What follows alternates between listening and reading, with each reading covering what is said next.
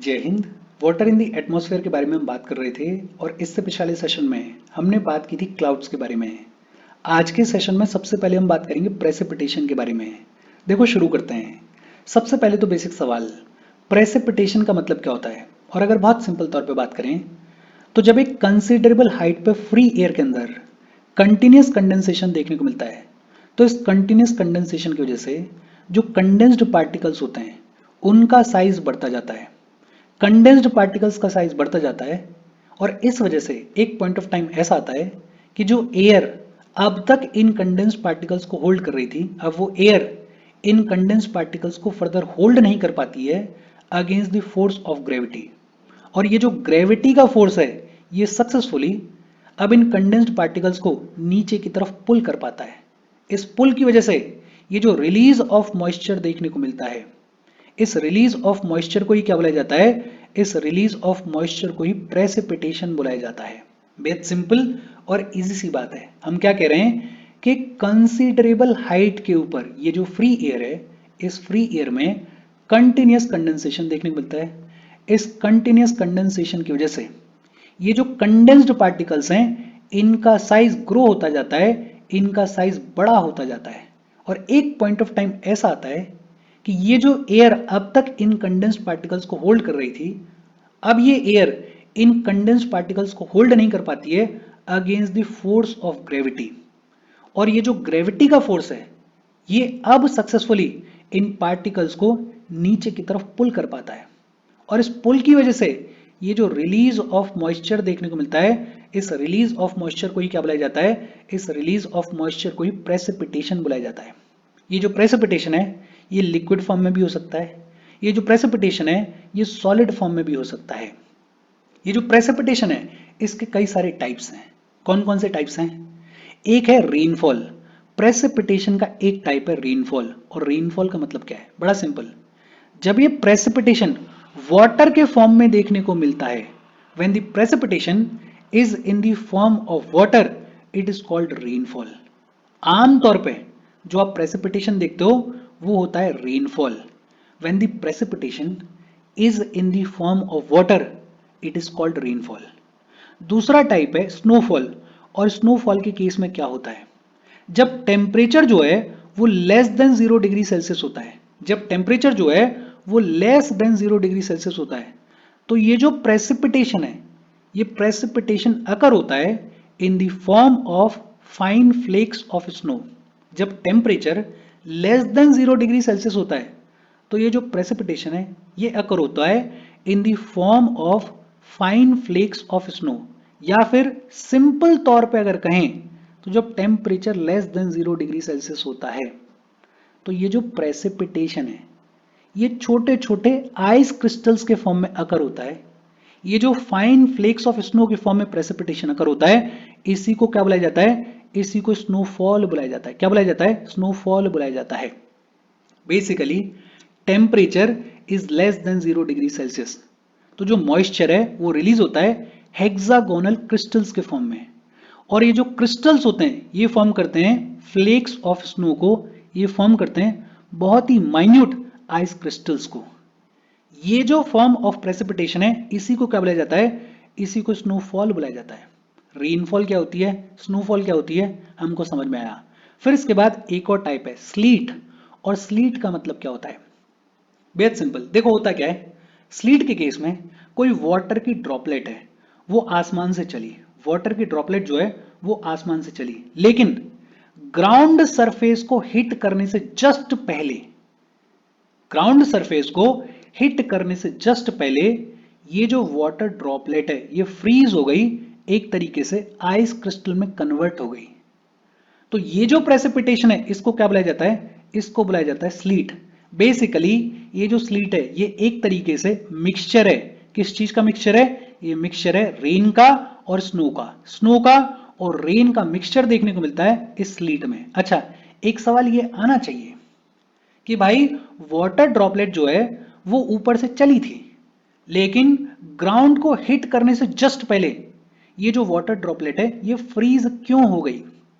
बड़ा सिंपल, होता क्या है, मान लेते हैं यहां पे कोई एटमॉस्फेयर की लेयर है, यहां पे कोई एयर का मास है और ये जो एयर का मास है इसका temperature is more than 0 degree Celsius. इसका जो टेम्परेचर है वो फ्रीजिंग पॉइंट से ज्यादा है।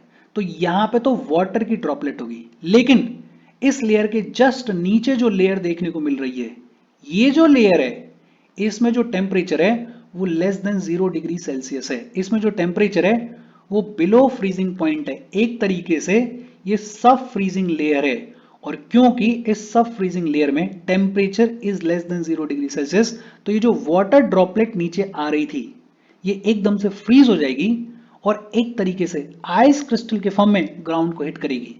तो इसको बुलाया जाता है स्लीट। यही लिखा हुआ है, slit is a frozen rain drop and refrozen melted snow water when a layer of air with the temperature above freezing point overlies a sub-freezing layer near the ground. Precipitation takes place in the form of sleet. बेहद simple और easy सी बातचीत है, hopefully आपको समझ में आई होगी। फिर इसके अलावा एक और टाइप ऑफ प्रेसिपिटेशन है हेल स्टोन्स। और हेल स्टोन्स का मतलब क्या होता है? बेहद सिंपल, ओले जो होते हैं उनको हेलस्टोन्स बुलाया जाता है। बेसिकली जो वाटर की ड्रॉपलेट है वो फ्रोज हो गई है और लगभग पेबल्स के जैसे, कंकड़ के जैसे बड़े बड़े आइस क्रिस्टल्स फॉर्म हो गए हैं। और जब ऐसा प्रेसिपिटेशन अकर होता है तो इसको क्या बोलते हैं? इसको हेलस्टोन्स बोलते हैं। ये जो हेलस्टोन्स हैं ये भी कब फॉर्म होंगे? ये भी तब फॉर्म होंगे जब रेन वाटर जो है वो कोल्ड लेयर्स में से पास करेगा। तो हेलस्टोन्स का मतलब क्या है कि जब वाटर की ड्रॉपलेट्स जो हैं वो फ्रोज हो गई हैं, लेकिन फ्रोज हो गई हैं पेबल्स के साइज जितने आइस क्रिस्टल्स में, लगभग कंकड़ के साइज जितने आइस क्रिस्टल्स में, तो उसको क्या बोलते हैं? उस प्रेसिपिटेशन को बोलते हैं हेलस्टोन्स। हिंदी में आमतौर पर हम ओले बोल देते हैं। Sometimes drops of rain after being released by the clouds become solidified into small rounded solid pieces of ice which reach the surface of the earth and are called hailstones. बेहद सिंपल और easy सी बातचीत है। देखो, rainfall का मतलब क्या है? जब प्रेसिपिटेशन वाटर के फॉर्म में अकर होता है तो उसको बोलते हैं रेनफॉल। स्नोफॉल का मतलब क्या है? जब temperature less than 0 degree Celsius होता है तो जो प्रेसिपिटेशन है ये बहुत ही फाइन फ्लेक्स ऑफ स्नो के फॉर्म में देखने को मिलता है, या फिर ये कहें कि बहुत ही फाइन आइस क्रिस्टल्स के फॉर्म में देखने को मिलता है। एग्जैक्टली आइस क्रिस्टल्स होते भी नहीं है, लेकिन आप समझने के लिए हम बोल देते हैं, तो उसको क्या बोलते हैं? उसको स्नोफॉल बोलते हैं। फिर तीसरा हमने बात की स्लीट के बारे में, और स्लीट में एक तरीके से रेन और स्नो का मिक्सचर देखने को मिलता है। होता क्या है कि वाटर की ड्रॉपलेट जो है वो आसमान से चली, लेकिन ग्राउंड को हिट करने से जस्ट पहले ये जो वाटर की ड्रॉपलेट है ये फ्रीज हो जाएगी, एक फाइन आइस क्रिस्टल में कन्वर्ट हो जाएगी।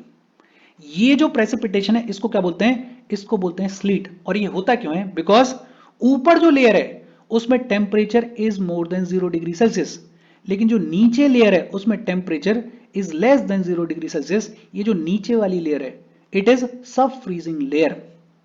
सब फ्रीजिंग लेयर में आते ही ये जो वाटर ड्रॉपलेट है ये फ्रीज हो जाती है और हमें स्लीट देखने को मिलता है। चौथा हमने बात की हेलस्टोन्स के बारे में। हेलस्टोन्स का मतलब क्या है? कि ऊपर से वाटर ड्रॉपलेट चली, लेकिन एटमॉस्फेयर में कोल्ड लेयर्स थी, और इन कोल्ड लेयर्स में जब ये वाटर ड्रॉपलेट एंटर करेगी तो ये फ्रीज होने लग जाएगी, और फ्रीज होते होते एक बड़ा स्टोन के जैसा आइस क्रिस्टल बना लेगी, ओले बना लेगी। और ये जो आइस क्रिस्टल्स जमीन पे आएंगे, सरफेस पे आएंगे, इन्हीं को क्या बुलाया जाता है? इसी प्रेसिपिटेशन को क्या बुलाया जाता है? हेलस्टोन्स बुलाया जाता है। अच्छा, एनसीईआरटी में 4 फॉर्म्स के बारे में बात की गई है। इसके अलावा भी कई सारी फॉर्म्स होती हैं, जैसे एक होती है ग्लेज। ये जो ग्लेज होती है इसको फ्रीजिंग रेन भी बुलाया जाता है। ये जो ग्लेज होती है इसको ब्लैक आइस भी बुलाया जाता है। ये जो ग्लेज होती है ये लगभग स्लीट के जैसी होती है, लेकिन फर्क क्या है? स्लीट में ये जो वाटर ड्रॉपलेट है ये फ्रीज हो रही है just before reaching the ground surface, लेकिन ग्लेज के केस में ये जो वाटर ड्रॉपलेट है जैसे ही ग्राउंड सरफेस को हिट करती है वैसे ही फ्रीज हो जाती है। तो थोड़ा सा डिफरेंस है। एक नाम शायद आपने सुना हो, डायमंड डस्ट। ये जो डायमंड डस्ट है ये भी एक तरीके से फॉर्म ऑफ प्रेसिपिटेशन है। और डायमंड डस्ट में क्या होता है? जो वाटर ड्रॉपलेट्स होती हैं वो बहुत ही ज्यादा स्मॉल होती हैं, बहुत ही छोटी छोटी वाटर ड्रॉपलेट्स होती हैं। इतनी छोटी वाटर ड्रॉपलेट्स होती हैं कि नीचे की तरफ आती नहीं है, ये एयर में सस्पेंडेड रहती हैं, ये एयर में घूमती रहती हैं और शाइन करती हैं, चमकती हैं। इसको क्या बोलते हैं? इसको डायमंड डस्ट बुलाते हैं, एक ग्रोपल्स होती हैं। और ग्रोपल्स का मतलब क्या होता है, ग्रोपल्स डायमंड डस्ट की जैसी होती हैं, लेकिन ग्रोपल्स के केस में जो वाटर ड्रॉपलेट्स का साइज होता है वो थोड़ा सा बड़ा होता है, और ये भी एटमॉस्फेयर में सस्पेंडेड रहती हैं, एयर में सस्पेंडेड रहती हैं वाटर ड्रॉपलेट्स, और शाइन करती रहती हैं। तो ये अदर फॉर्म्स ऑफ प्रेसिपिटेशन भी हैं, लेकिन जो इंपॉर्टेंट हैं वो इंपॉर्टेंट ये चार हैं। होपफुली आपको समझ में आई होंगी। हम आगे बढ़ें उससे पहले वीडियो पे लाइक के बटन को दबा दो। लाइक दबाना जरूरी है, बिकॉज यूट्यूब ऐसे ही फंक्शन करता है, जब आप वीडियो पे लाइक के बटन को दबाते हो तो यूट्यूब वीडियो को कंसिडर करता है और थोड़ा सा पुश कर देता है। तो लाइक का बटन दबा दो, शेयर कर दो अपने सोशल मीडिया हैंडल्स पे, व्हाट्सएप वगैरह पे अपने फ्रेंड्स को, जो भी लोग इसमें इंटरेस्टेड हैं, इससे रिलेटेड पढ़ाई कर रहे हैं, उनको शेयर कर दो। अगर चैनल को सब्सक्राइब नहीं किया तो फॉर श्योर चैनल को सब्सक्राइब कर लो। और अगर आप केपेबल हो हेल्प करना चाहते हो तो आप हमें हेल्प कर सकते हो by clicking on the join button, या फिर आप कंट्रीब्यूट कर सकते हो क्यूआर कोड को स्कैन करके। अच्छा, इसके बाद बात आती है टाइप्स ऑफ रेनफॉल के बारे में। रेनफॉल के कितने सारे टाइप्स हैं, देखो तीन मेन टाइप्स देखने को मिलते हैं रेनफॉल के। कौन कौन से तीन मेन टाइप्स हैं, एक कन्वेक्शनल रेनफॉल होती है, दूसरी ओरोग्राफिक या फिर रिलीफ रेनफॉल होती है, और तीसरी साइक्लोनिक या फिर फ्रंटल रेनफॉल होती है। बेहद सिंपल, एक कन्वेक्शनल रेनफॉल होती है, दूसरी ओरोग्राफिक रेनफॉल होती है, और तीसरी साइक्लोनिक रेनफॉल होती है। कन्वेक्शनल रेनफॉल क्या होती है, बेहद सिंपल, देखो कन्वेक्शनल रेन के केस में होता क्या है, कोई हॉट एयर है, हमने ये पढ़ा हुआ है, ये अर्थ का सरफेस है, और ये जो अर्थ का सरफेस है इस पे खूब सारा हीट रिसीव हो रही है। ये जो अर्थ का सरफेस है ये गर्म हो गया। अब इस अर्थ के सरफेस के ऊपर जो हॉट एयर होगी वो ऊपर की तरफ राइज करेगी। हॉट एयर जो है वो ऊपर की तरफ राइज करती है। हॉट एयर जैसे जैसे ऊपर की तरफ राइज करेगी वैसे वैसे ये जो एयर है ये एक्सपेंड होगी, और जैसे जैसे ये एयर एक्सपेंड होगी इसमें लॉस ऑफ हीट देखने को मिलेगा, हीट लॉस देखने को मिलेगा। जैसे जैसे हॉट एयर ऊपर की तरफ राइज करेगी ये एक्सपेंड होगी, और एक्सपेंड होने की वजह से इसमें हीट लॉस देखने को मिलेगा, और जब हीट लॉस होगा तो टेम्परेचर गिरेगा, और टेम्परेचर गिरेगा तो कंडेंसेशन देखने को मिलेगा, कंडेंसेशन अकर होगा, और कंडेंसेशन अकर होगा तो क्यूमुलस क्लाउड्स जो है वो फॉर्म होंगे, और अल्टीमेटली क्यूमुलस क्लाउड्स फॉर्म होने की वजह से यहां पे हैवी रेनफॉल देखने को मिलेगी। लेकिन ये जो हैवी रेनफॉल देखने को मिलेगी ये शॉर्ट ड्यूरेशन के लिए देखने को मिलेगी, लॉन्ग ड्यूरेशन के लिए देखने को नहीं मिलती है, बिकॉज ज्यादातर ये जो कन्वेक्शनल रेन होती है ये लोकलाइज्ड होती है, तो बहुत ज्यादा मॉइस्चर नहीं होगा, लंबे टाइम तक सस्टेन करने के लिए मॉइस्चर नहीं होगा, लेकिन हाँ शॉर्ट ड्यूरेशन में हैवी रेनफॉल देखने को मिलेगी। अच्छा, अब आपको ये समझ में आ रहा है कि जो कन्वेक्शनल रेन है इसके लिए प्राइमरी क्या है, कि जो सरफेस है वो गर्म होना चाहिए, जो सरफेस है वो इतना गर्म होना चाहिए कि उसके ऊपर जो एयर है वो गर्म हो, और फिर वो एयर राइज अप करने की शुरुआत करे, तभी ये कन्वेक्शनल रेन देखने को मिलेगी। तो ये जो कन्वेक्शनल रेन है ये आमतौर पे समर्स के दौरान देखने को मिलती है, और समर्स में भी जब हॉट डे होता है, बहुत ज्यादा गर्म दिन होता है, तब ये कन्वेक्शनल रेनफॉल देखने को मिलती है, या फिर इक्वेटोरियल रीजन में जहां पे खूब सारी सोलर रेडिएशन रिसीव होती है, इक्वेटोरियल रीजन में भी ये जो कन्वेक्शनल रेनफॉल है ये कन्वेक्शनल रेनफॉल देखने को मिलती है। बेहद सिंपल और इजी सी बातचीत है, ये मैकेनिज्म होपफुली आपको समझ में आया होगा। यही लिखा हुआ है, the air on being heated becomes light and rises up in convection currents, as it rises it expands and loses heat, and consequently condensation takes place and cumulus clouds are formed। और cumulus clouds form होने की वजह से thunder देखने को मिलती है, lightning देखने को मिलती है, और हैवी रेनफॉल देखने को मिलती है। लेकिन ये जो हैवी रेनफॉल देखने को मिलती है ये बहुत लंबे टाइम पीरियड के लिए देखने को नहीं मिलती है, ये शॉर्ट ड्यूरेशन के लिए देखने को मिलती है। ये जो कन्वेक्शनल रेन है ये कॉमनली समर्स में देखने को मिलती है, hotter part of the day में देखने को मिलती है, इक्वेटोरियल रीजन्स में कॉमनली देखने को मिलती है, और कॉन्टिनेंट्स के इंटीरियर पार्ट्स में भी कॉमनली देखने को मिलती है। बेहद सिंपल और इजी सी बातचीत है। फिर दूसरे टाइप की अगर बात करें तो दूसरी होती है ओरोग्राफिक रेन। और ओरोग्राफिक रेन इसके बारे में पहले भी हमने कई बार बात की हुई है। देखो होता क्या है, मान लेते हैं कि ये कोई माउंटेन है, मान लेते हैं ये कोई माउंटेन है, और इधर से एयर चल के आ रही है। ये जो एयर बह के आ रही है ये सैचुरेटेड है, मान लेते हैं कि इसमें खूब सारा वाटर वेपर है। अब जैसे ही ये एयर इस माउंटेन से टकराएगी तो ये जो स्लोप है, ये स्लोप जो है इस एयर को फोर्स करेगा ऊपर की तरफ राइज करने के लिए। जैसे जैसे ये एयर ऊपर की तरफ राइज करेगी, ये जो एयर है ये एयर एक्सपेंड होगी। एक्सपेंड होने की वजह से हीट लॉस देखने को मिलेगा। हीट लॉस की वजह से कंडेंसेशन देखने को मिलेगा, और कंडेंसेशन होने के बाद यहाँ पे लंबे चौड़े क्लाउड्स फॉर्म होंगे, और क्लाउड्स फॉर्म होने की वजह से यहाँ पे खूब सारी बारिश देखने को मिलेगी। ये हमने पहले भी पढ़ा हुआ है कि माउंटेन की वो वाली साइड जहां पे सैचुरेटेड एयर रिसीव होती है, जहां पे बारिश देखने को मिलती है, उसको बोलते हैं विंडवर्ड साइड। कौन सी साइड? Windward side. और ये जो विंडवर्ड साइड होती है इस पे खूब सारी बारिश देखने को मिलती है। अब ये जो एयर है इसकी वजह से विंडवर्ड साइड में खूब सारी बारिश हो गई, माउंटेन की ये वाली जो साइड है इस पे खूब सारी बारिश हो गई। ये जो एयर है इसका थोड़ा बहुत हिस्सा जो है वो दूसरी साइड भी चला जाएगा, लेकिन दूसरी साइड ये जो एयर जा रही है ये हॉट होगी, ये ड्राई होगी, और इसकी वजह से रेन देखने को नहीं मिलेगी। मतलब माउंटेन की ये जो दूसरी वाली साइड है यहां पे रेनफॉल बिल्कुल ना के बराबर देखने को मिलती है। और ये जो साइड है इसको क्या बुलाया जाता है? इसको लीवर्ड साइड बुलाया जाता है। क्या बुलाया जाता है? इसको लीवर्ड साइड बुलाया जाता है। बेहद सिंपल और इजी सी बातचीत है, और यही सब कुछ टेक्स्ट में लिखा हुआ है। ओरोग्राफिक रेन के बारे में हमने पहले भी पढ़ा हुआ है, फटाफट से टेक्स्ट को देख लेते हैं। When the saturated air mass comes across a mountain, it is forced to ascend, and as it rises, it expands, the temperature falls, and the moisture is condensed. और इसकी वजह से जो विंडवर्ड स्लोप होता है माउंटेन का, उसके ऊपर बहुत हैवी रेनफॉल देखने को मिलती है। इसका सबसे बढ़िया एग्जांपल है हमारे वेस्टर्न घाट्स। जब मॉनसून आता है तो वेस्टर्न घाट्स की जो विंडवर्ड साइड है, जो कोस्ट वाली साइड है, वहां पे खूब सारी रेनफॉल देखने को मिलती है, लेकिन अपोजिट साइड में रेनफॉल देखने को नहीं मिलती है। और वो कौन सी साइड है? वो लीवर्ड साइड है। आगे लिखा हुआ है कि ये जो विंडवर्ड स्लोप होता है, जो विंडवर्ड साइड होती है, वहां पे तो खूब सारी रेनफॉल देखने को मिलती है। ये जो विंडवर्ड साइड होती है इस पर तो रेनफॉल हो जाती है, लेकिन जो अदर साइड होती है वहां पे थोड़ी बहुत एयर पहुंचती है, थोड़ी बहुत विंड पहुंचती है। और ये जो विंड होती है ये गर्म होती है, इसमें मॉइस्चर नहीं होता है बहुत ज्यादा, ये ड्राई होती है। और इसकी वजह से जो लीवर्ड स्लोप होता है उस पर बारिश ना के बराबर देखने को मिलती है।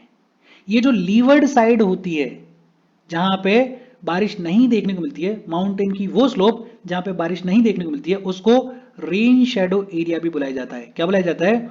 उसको रेन शेडो एरिया भी बुलाया जाता है। इंपॉर्टेंट टर्म है, याद रखना। ये जो ओरोग्राफिक रेन है इसको रिलीफ रेन भी बुलाया जाता है। क्या बुलाया जाता है? इसको रिलीफ रेन भी बुलाया जाता है। बेहद सिंपल। एक हमने बात की कन्वेक्शनल रेनफॉल के बारे में, होपफुली आपको समझ में आया होगा। दूसरा हमने बात की ओरोग्राफिक रेनफॉल के बारे में, और तीसरा होती है साइक्लोनिक रेन। ये जो साइक्लोनिक रेन है, जब हमने पढ़ा था एक्स्ट्रा ट्रॉपिकल साइक्लोन्स के बारे में, जब हमने पढ़ा था ट्रॉपिकल साइक्लोन्स के बारे में, तो हमने देखा था कि साइक्लोन्स के फॉर्मेशन की वजह से किस तरीके से रेनफॉल देखने को मिलती है, उसी को बुलाया जाता है साइक्लोनिक रेन। तो साइक्लोनिक रेन को हम दोबारा नहीं पढ़ रहे हैं, हमने ऑलरेडी पढ़ा हुआ है। बेहद सिंपल और इजी सी बातचीत है। इसके बाद बात की गई है वर्ल्ड डिस्ट्रीब्यूशन ऑफ रेनफॉल के बारे में। छोटा सा टॉपिक है, लेकिन इस टॉपिक को हम अगले सेशन में कवर करेंगे। यहां तक ये जो छोटी छोटी चीजें हैं ये आपको समझ में आनी चाहिए, और ये ऐसी चीजें हैं जिनके बारे में ऑलरेडी हमने कहीं ना कहीं पढ़ा हुआ है। जैसे कन्वेक्शनल रेन, इसके बारे में कई बार हमने डिस्कशन किया हुआ है। जैसे ओरोग्राफिक रेन, इसके बारे में भी 2-3 बार हमने डिस्कशन किया हुआ है। तो ये सारी चीजें आपको ऑलरेडी पता होनी चाहिए, एक तरीके से रिपीटेशन है। फिर भी अगर कोई डाउट हो तो कमेंट करके पूछ लेना। Thank you very much.